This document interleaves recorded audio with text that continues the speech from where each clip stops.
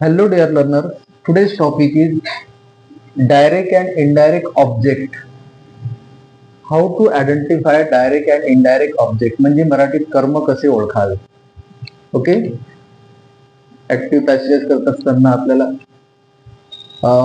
Generally direct indirect object कसे identify करायचं, जसं वाक्य दिलेलं आहे याच्यासाठी एक I would like to share a very simple trick with you. Direct object म्हणजे काय? Name of the things. Name of the things कोणतेही म्हणजे ज्या ठिकाणी स्थळ वस्तू वगैरे असेल, जसं cow, book, pencil, Ram, whatever it may be. What you have to remember? Name of the things. कोणत्याही वस्तूचे नाव, त्याला म्हणतो आपण डायरेक्ट ऑब्जेक्ट. आणि इनडायरेक्ट ऑब्जेक्ट म्हणजे काय? Name of the pronounce.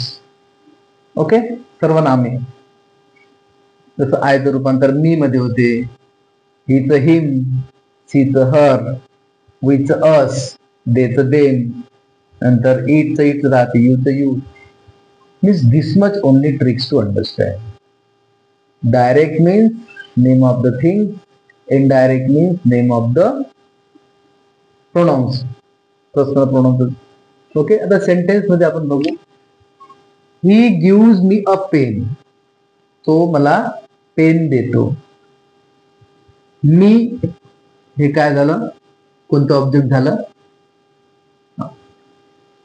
Indirect object. Okay, आणि a pen name of the things आहे, म्हणजे हे झालं डायरेक्ट ऑब्जेक्ट. Got it? नंतर she bought her brother. Her brother indirect object, आणि a book direct object. They brings me a water. Me शब्द आला म्हणजे सांगितलेलं जायचं मग पर्सनल प्रोनाउन असते की काय? Indirect object. आणि वॉटर वस्तूचं नाव आहे, direct object. Okay, so very simple trick to understand. So you remember, share, like and subscribe. Thank you.